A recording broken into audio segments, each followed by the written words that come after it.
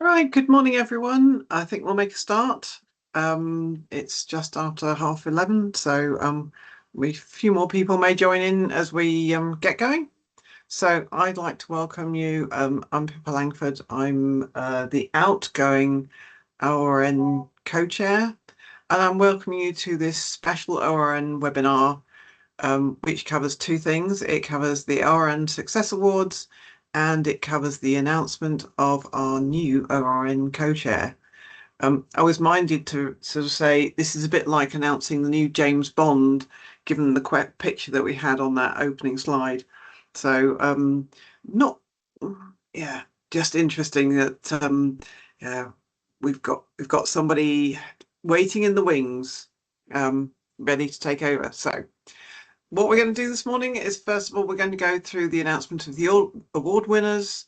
There's 3 awards being presented today: Protecting Nature and Responsible Access, Maximising Impact with Limited Resources, and Outstanding Contribution from a Small Organisation.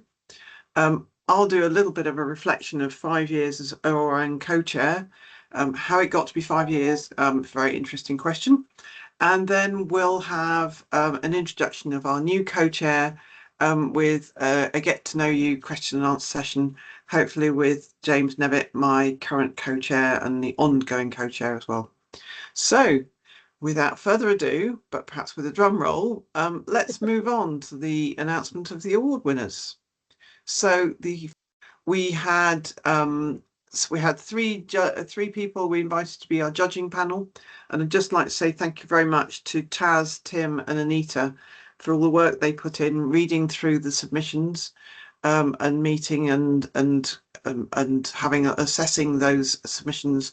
They did comment on the quality of them all, so just because people didn't win didn't mean to say they hadn't put in a really good submission, and I think their job was made hard by those people, by the quality of the submissions. So thank you so much to everybody who's put in for an award, and hopefully if you didn't win this year, hopefully you'll re-enter next year and have another go at it. So thanks very much to our judges.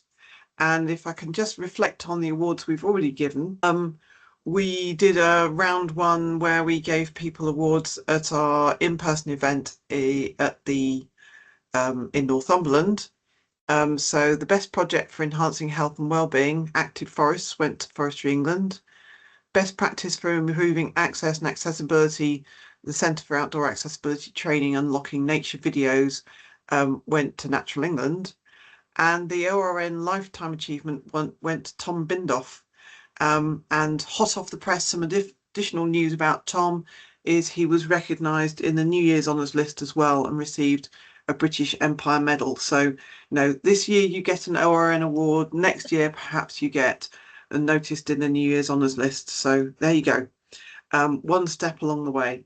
So let's move on to the first award. I think I've got it right now. So the submissions for the best project for protecting nature and responsible access. We had 4 submissions for this. 1 from Birdaware Solent for supporting responsible access to nature along the Solent coastline. We had another one from Leave No Trace Ireland for the hotspot peatland restoration project, and I can't pronounce that. I presume it's Balhurt Bog. And then National Trails UK for National Trails Nature Hub, and Forestry England for Been There, Done That. So, and the award goes to, highly commended was Forestry England for Been There, Done That. Congratulations to Forestry England. And then the winner was Birdaware Solent for supporting responsible access to nature along the Solent coastline. And I'd just like to invite Birdaware Solent to say a few words. Thank you very much. Thank you for inviting us to your event, and thank you for recognising our submission. It really is a team effort, and I want to acknowledge every single member of my team in this, and just say that when we get external acknowledgement from yourselves and others, it does keep morale very high. So thank you ever so much. Absolute joy reading through the entries and learning about all the various wonderful initiatives. We all know we work in an amazing profession. At times it's challenging, but it's fueled by creative, passionate, resourceful people. We're all, experts, and we bounce off each other, share experience, and we're always learning. We nurture projects and spread best practice to get the best for the landscapes we manage and the nature and people they support. And part of this is ensuring that people can enjoy the outdoors responsibly. And this is so important, especially with increasing pressures, that it needs to be integral to our culture. And really, it just needs to be second nature. And as Pippa sort of said, all the entries demonstrated initiatives that were really working hard to achieve this theme. And it did make it extremely difficult. And it was a very close call. Like we said, congratulations to Forestry England on their highly commended. Just a little bit about the winner. We just wanted to sort of clarify why they did win. We felt the project really demonstrated thoroughness in meeting this theme. There was clear evidence, fully understanding the problems and the behaviours and impacts that you needed to address. You established methods that meant that you could build on your understanding as the project progressed, which collectively helps you to develop some really informed ideas and solutions. And then you implemented really good evaluation to monitor and inform progress and steer the project going forward, and always keeping an eye on the future. In your case, you've got increased footfall coming from future housing developments. So this was really a lovely, complete application and a lovely project. So well done. Yeah, well done. Thank you, Taz. Really good to hear from the judges there. Thank you. And thanks for all your work doing the judging. Right, we'll then move on to submissions for best example of maximising impact with limited resources, because we live in a very resource constrained place. So a very important topic. So we had, again, 4 submissions. Hampshire County Council for Parish Pollinator Pledge, Venture Out Wilderness Project for Venture Out, Land and Wave Limited for the Big Purbeck Campout, and Forestry England for the virtual forests. And what I'd like to do is then move on to a video from Tim, who is going to tell us about the judging panel, and I think he's going to tell us about the winners. Just to note that the picture quality isn't great, and you might find it helpful to turn up the volume, because we can't turn up the volume on this video, so you might find it helpful to just turn it up for this video. So over to you. Hi, my name's Tim Russell. I'm the Recreation and Access Projects Officer for Dartmoor National Park, and I represent all the UK's national parks on the Outdoor Recreation Network. I've also been kindly asked to judge the submissions for this year's awards, for the Outdoor Recreation Network Awards, and that's been a real privilege to be able to do that. So there was a number of nominations, which was great. I've looked through 4 in my category, which was maximising impact with limited resources. So that's a category I particularly looked at, and there's 4 projects were shortlisted for that. One was from Forestry England, Hampshire County Council, Venture Out, and Land and Wave Limited. And luckily the judges were all fairly unanimous in their decisions on which project should win that award. And I'm very pleased to be able to announce that Land and Wave Limited were the winner, and Venture Out were being highly commendable sort of a result for them. So I'd therefore like to congratulate Rosie Tanner and her team at Land and Wave Limited for their wonderful project that was achieved on such a short time period. That was the thing that really sort of hammered home. The short time period that you guys had to do that project was fantastic, and nearly 100 children were funded to have a free 24-hour camping adventure with a nature connection. So on that sort of whole thing about bringing a project together with the community and schools and so on, and about 100 kids being able to have that fantastic adventure, we felt that was such a fantastic project. So just to repeat then, Land and Wave Limited won the award in the maximising impact and limited resources criteria. So congratulations to them, and highly commendable. We thought we had to give it to Venture Out for being such a fantastic project in its own right. Thank you.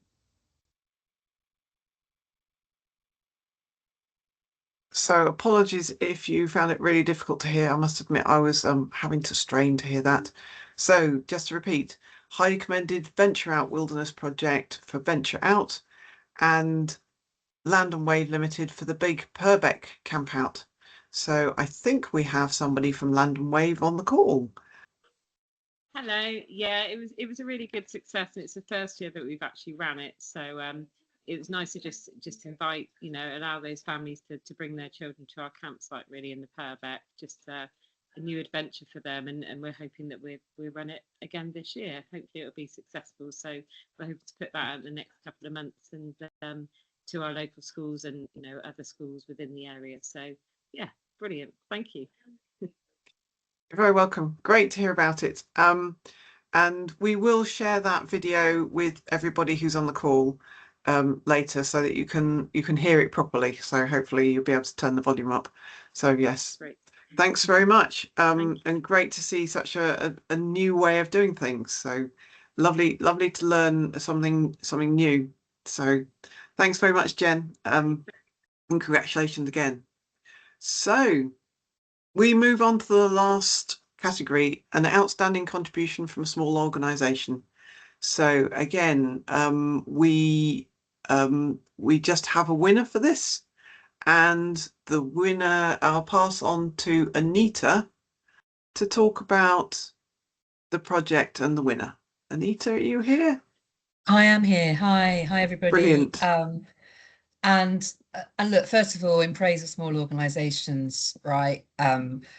The sector is dominated by some very, very big names and brands. I've worked for many of them. I get that. But small organisations, frankly, where it's at, and it's probably where it's at for the future of the voluntary and charity sector to some degree as well. So we tested this award against the criteria to make sure it met the threshold, and it did so in spades. It demonstrated the real strength of a local small organisation in that it knows how to work with partnerships. It reached millions through partnerships, through education and learning. And the thing that's most important for me, and I valued massively in this award, as did my fellow judges, is that it worked with local communities to build their capacity to take forward protection of the outdoors, to balance recreation and conservation. And I think for all of us, that is the massive challenge. We are all skilled, we're all expert, but the real trick and the real change and the real step change for nature and outdoor rec will be when our communities can take that on themselves. So really brilliant project. Thank you and well done, Leave No Trace, for entering. I think we're going to hear from Leave No Trace. Yeah, a huge thank you. We're absolutely delighted on behalf of Leave No Trace to receive this award. It was a wonderful moment to receive the notification come through. And I suppose really, I just want to acknowledge the recognition really belongs to our community. So a really huge thank you to our board of directors, our staff, our trainers and volunteers who bring Leave No Trace to life across the country, but of course our members and our wider communities that we support and work with. So very proud to be part of the sector, and a big thank you to the Outdoor Recreation Network for this recognition. It really means a lot.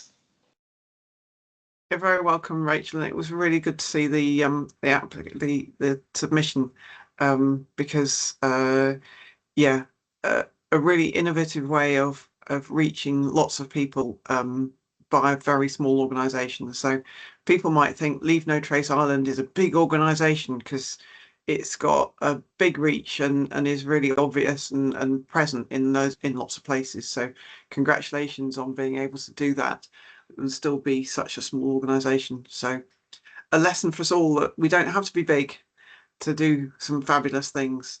So just thanks very much to everybody who submitted.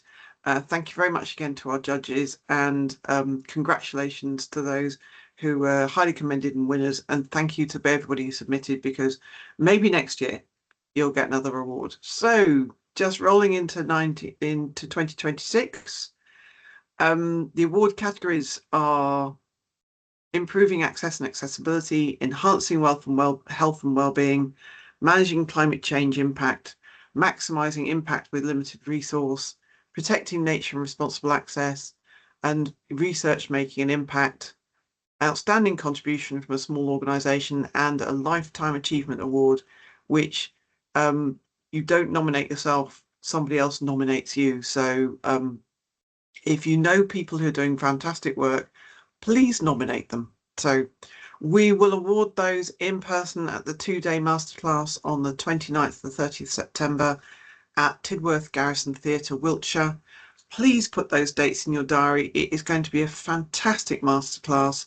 We're already working on the programme and talking to speakers and organising visits. So please put it in your diary, because it will be a great event, really looking at this recreation and nature conservation, and how to manage that tension in a really positive and constructive way.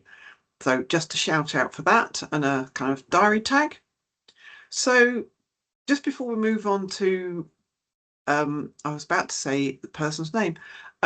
Just before we move on to the announcement of the new co-chair, I just wanted to reflect that I was reflecting this morning, sort of how long have I been doing this?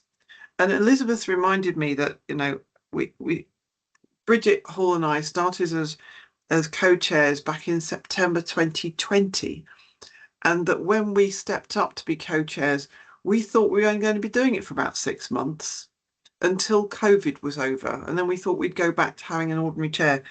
And here I am, quite a few years later, finally going as co-chair, because it's been a fantastic time, and in many ways I didn't want to stop being co-chair, but let's be honest, I think it's time for somebody new to come along with some great new ideas. So I'd just like to say a few thank yous. Firstly to Fiona Groves, who was chair before, and when Bridget and I were co-vice chairs. Fiona Groves had stepped down during COVID because she moved jobs and didn't have the time. And so as a temporary thing, Bridget and I went, oh yeah, we can do that for a while. Be careful if the ORN asks you to do something for a little while, because you never know, you might be doing it 5 or 6 years later. And since then, I've been to so many events, and the in-person events are always really good, and the member meetings are always a great chance to network. And I was reflecting on some of the member meetings, which have then catalysed future work. So in Dartmoor at the members meeting, I think it was Kevin Lafferty said, we're thinking of revising the Countryside for All guidance. Would anybody like to pitch in? And lots of us put up our hands and went, yeah, we're interested, which led to that quite a long project. But it did mean that we revised the outdoor accessibility guidance, and then that got launched again by ORN in our 2023 conference. And we did a whole conference about outdoor accessibility. So it took a while, things matured, and we ended up with some great guidance and another ORN event. So if you're new to the sector, please don't get discouraged if things don't happen in 6 months. They can take a while, but that doesn't mean to say that's not a good thing, because they take a while because everybody comes along and contributes, and you get a better outcome from everybody working together. So I would have said that's the strength of ORN, people coming together, forming relationships, forming working relationships, and being able to solve the issues, address the problems in a way which means we can all make a difference. So yeah, I've been to conferences in England, Wales, a couple in England, one in Wales, one in Scotland, one in Ireland, and so I've been really lucky to go across all the countries that are members of ORN, and I thank everyone who's been involved with either an online event or an in-person event or a member meeting. And I would particularly like to say a thank you, just finish off with thank you to the Secretariat, who do an absolutely fabulous job, Elizabeth, who is on the call today, and Jane, who is currently looking after her second child, because she's just on maternity leave, and the rest of Outscape. I can't mention them all, but I will just name check Chris Short, who was involved when I started, Beverly, who does a very good job of kind of overseeing things. So, but lots of the others help too. So thank you very much to the Secretariat. We couldn't do this without you, and it wouldn't be nearly as good without you. So thank you very much. And I'd like to make a special thank you to James Nevitt, my current co-chair. It's been brilliant, and I am really going to miss our Monday morning calls, because there's such a way to get the week going. So that's the end of my reflections. If anybody thinks that they might like to join the executive or in future be a co-chair, just ask anybody in the executive committee, talk to the Secretariat. It is a really brilliant experience, and I would strongly encourage you to get involved, because you'll do things that you probably won't do in your main job role, and it will bring real extra value to your working life. So that's what I take away, is I feel like I've benefited more from ORN than I've given. But there we go. It's been a blast. Thank you very much. I will now pass on to hopefully James. Pippa, I can only concur with everything you said, and thank you so much for your support to me personally. It's been wonderful working with you. I absolutely agree. The Monday morning meetings are the perfect way to kick off a week. It's not normally you'd say looking forward to a Monday morning meeting, but it has absolutely been the perfect way to kick off. And I speak for the whole exec committee in saying you've brought some tremendous value to ORN over the 5 years. Clearly, as the saying goes, time flies whilst you're having fun, and that's why it's been 5 years. There's been so much going on, and you've brought so much value, and really have been a short rudder for the ORN ship as we've been traveling along over the last few years and grown in our membership. And I thank you for that support. ORN, thank you for that support. And I'm really pleased it's not a farewell, because you're still going to be part of the exec committee. You're still going to be there, bringing your skills and your experience. So we really appreciate that, and we're very grateful for that as well. So thank you. But it is time to introduce the new chair, the new co-chair, and just to give you a brief summary of what happened in the lead up. So hopefully you will have seen our media recruitment campaign just as we were running towards the end of 2025. We had some stuff online on the ORN website, and there was various bits and pieces to encourage you to, if you're interested, to get in touch and apply for the ORN co-chair position for our e-zines, etc. And in combination with that, we also reached out to some recommended individuals that were recommended to ORN as part of that whole process.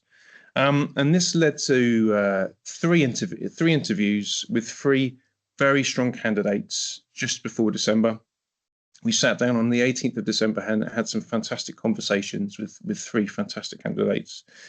And a decision was made on the 22nd of December. So it was an early Christmas present, potentially, for someone. And I'm very delighted, and I've got a drum roll just set here, hopefully it'll work. I'm delighted to announce that the new ORN co-chair is, that was very short, wasn't it? Is Paddy Harrop from Forestry England. So hopefully, there he is. Hey, that worked. Revealed after your anonymous picture that you provided to us, looking, as Pippa says, Paddy, very James Bond. You are the new ORN James Bond. That's probably going to stick now, isn't it? There we go. Welcome. I'm so pleased. I'm delighted to be able to introduce you finally to ORN, to our membership, as our new co-chair. So, time is short, Paddy, but would you like to give us a short introduction as to who you are? Yeah, thanks, James, and thanks, Pippa. I mean, both for the last 5 years, but also I don't think I've ever been compared to James Bond before, so that's fantastic. Hopefully, it won't stick. And thanks, James, for the intro as well. So yeah, I know a few people on the session today, but I'm Paddy Harrop. I'm currently director for Central England for Forestry England, so cover about a quarter of England, 30,000 hectares, 7 visitor centres, and kind of millions of visits. I don't know, James is going to ask a few more questions in a minute, but I've been involved in sort of land management and recreation for about the last 30 years or so. Formerly involved in ORN, as well as a sort of executive committee member, but also I've had a number of sort of other non-exec roles at sort of trustee and governor level, and that kind of understanding of how organisations work that, you know, perhaps I can bring to our ORN. But yeah, just really sort of excited by you know, re-engaging with ORN at a kind of co-chair level, working with yourself, James, and as I mentioned before, you know, stepping into those sort of big shoes that Pippa's leaving behind. That's great, Paddy. Thank you. Well, I'm very excited to have you on board as well. So yeah, it's fantastic. We ORN are very proud of the fact that the network brings together a uniquely diverse membership, and I'm sure you would have delved into that more now in more greater detail, having taken on the position. So where do you think the network can add the greatest value, which individual organisations might not be able to achieve alone? I think you've already said it, and Pippa said it before, but the diversity of organisations is the network's strength for me, and it's been fantastic to see how that's grown really over the last few years. I think having that kind of range of public, private, NGO organisations, large organisations and small organisations, a huge strength, and actually having difference of opinion about things is a strength, because that allows us to work towards you know, ideas and solutions that are more collaborative, rather than it sort of being dominated by one particular view. I think also the fact that it's you know, pan UK and Ireland is a real strength as well. I know that provides links, you know, into Europe and internationally too. But I think as a group, if you look at the organisations as a whole, we then have that opportunity to sort of influence both policy and practice. I use the word influence because I know we've got a lot of government organisations across the UK and Ireland involved. But also through the organisations we've got, you know, we can engage with different audiences too, and bring their ideas, their needs also to the network as well. So you know, that allows us to kind of share experiences and learning, and hopefully yeah, develop new ideas and solutions that can be shared across the network. And we mentioned, I briefly mentioned, you know, you've in prior roles you've been working in marketing and strategy. And, you know, what do you think are effective means of reaching out to other organisations, be them large or small, that perhaps aren't members yet, and encouraging them to be part of the ORN? Yeah, well, I mean, looking at the current membership, I mean, it is very diverse, but there perhaps are some other groups or associations that we could reach out to, you know, across kind of health, sport, and land management actually. And I think sort of talking to those people about, you know, their existing membership and what they do. So perhaps more of a partnership approach with some of those other organisations, whether it's, you know, people like NFU, for example, or it might be Outdoor Industry Association. You know, there's a range of other kind of people that overlap, I think, what ORN does at the moment.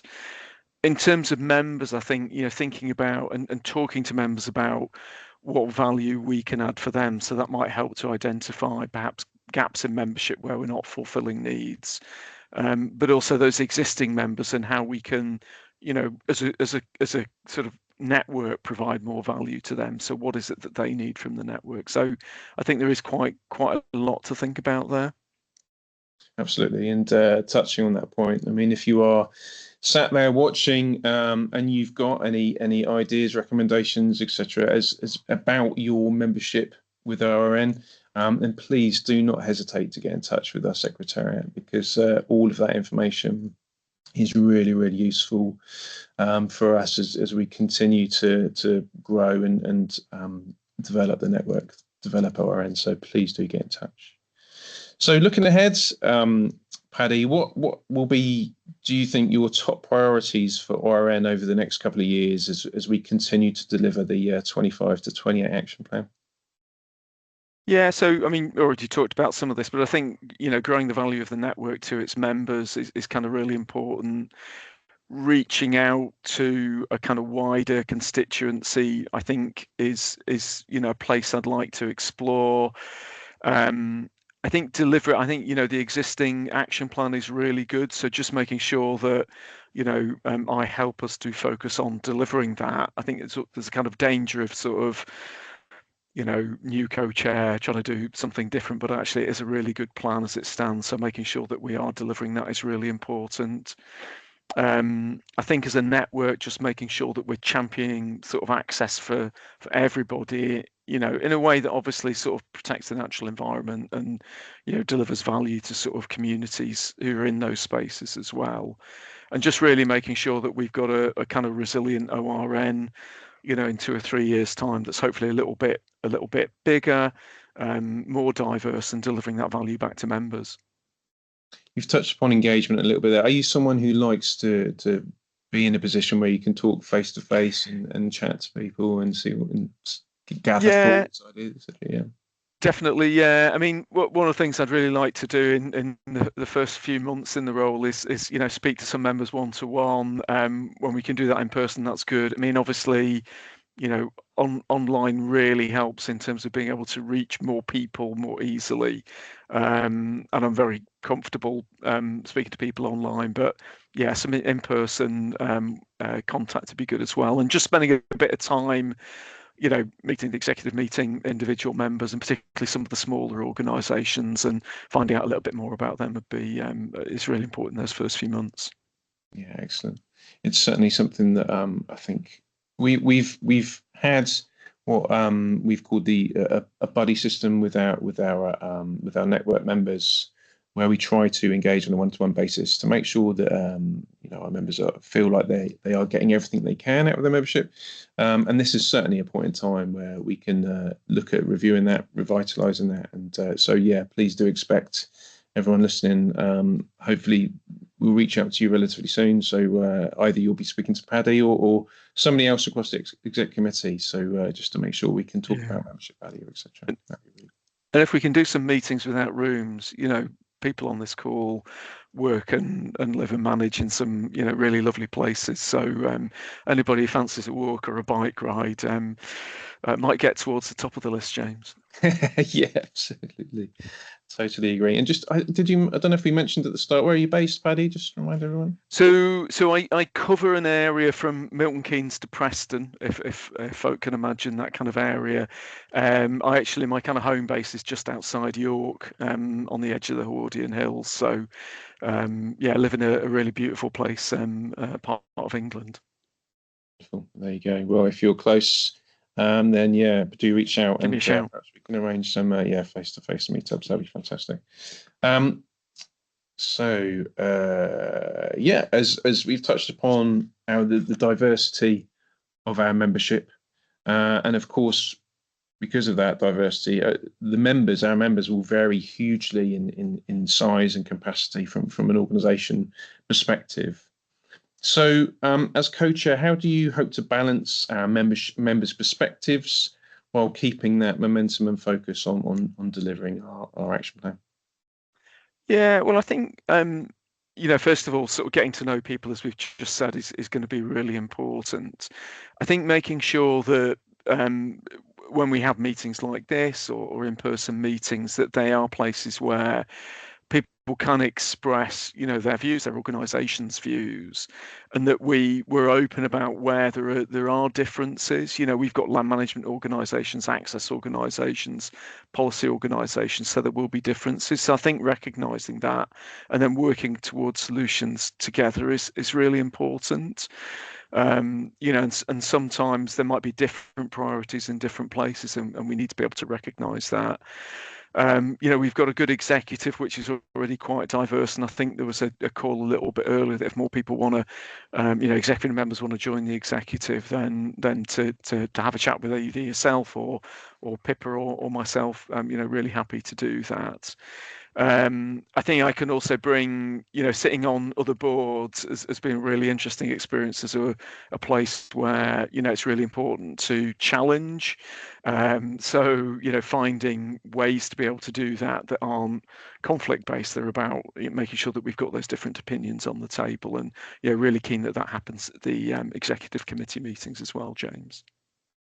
Definitely. And certainly that challenge, that differing opinions is, as Pepper mentioned earlier on, something that's certainly going to be part of the forthcoming masterclass when we look at the challenges of delivering outdoor recreation alongside the sensitivities of landscapes. So yeah, absolutely, as part of that discussion. And similarly, you've touched upon, we've touched upon the importance of face-to-face conversation, and that is certainly something that ORN is so good at, and making sure we pull people together for these fun, brilliant events, and is so often an opportunity or a catalyst for further partnership working, which is really core of ORN as well. I know from a personal experience, some of the projects that we've invested in from an MOD perspective wouldn't have come about without ORN. So I'm very, very grateful for that. It's really positive, really, really positive. So Pippa mentioned that she's been part of ORN for 5 years, co-chair for 5 years. It went by as quick as a flash. So with that in mind, Paddy, if we're sitting here in 3 years' time, which I expect you to be, what would success look like for ORN and for you as co-chair, do you think? Yeah, well, I think, it's really important we do focus on that action plan. So I'd hope that in 3 years' time, when we look back at the action plan, we'll be able to look at the things that have been achieved in relation to that. And really important that we kind of monitor that over that period as well. So that's kind of, almost kind of first priority.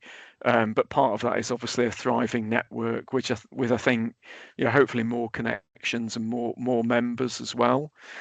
Some really good events over that period of time, which is certainly one of the things I really enjoyed from previous membership of the executive committee. But hopefully what that also delivers then is more people out enjoying the outdoors, in different ways, in more different ways, but also sort of enhance the natural environment and support local communities and local economies as well. That's much harder to measure over a 3-year period, but I think that's got to be almost like the kind of point of having this kind of network, really. I guess the other thing from a sort of personal perspective would be that hopefully, James, over the next 3 years we've done such a fantastic job that many more people want to be co-chairs of ORN. That there's even more competition. It sounds like there was good competition this time around, but even more competition for the co-chairs roles in 3 years' time. Fantastic. Well, thank you, Paddy. Thank you. That's been a really great introduction to yourself, and I really do looking forward to working with you in the co-chair roles. It's really excited. Great to have someone new in the chair, notwithstanding the fact that Pip has done a wonderful job, I should hasten to add, and I'm sure the exec committee look forward to having a chat with you this afternoon in your first committee meeting. So that's great.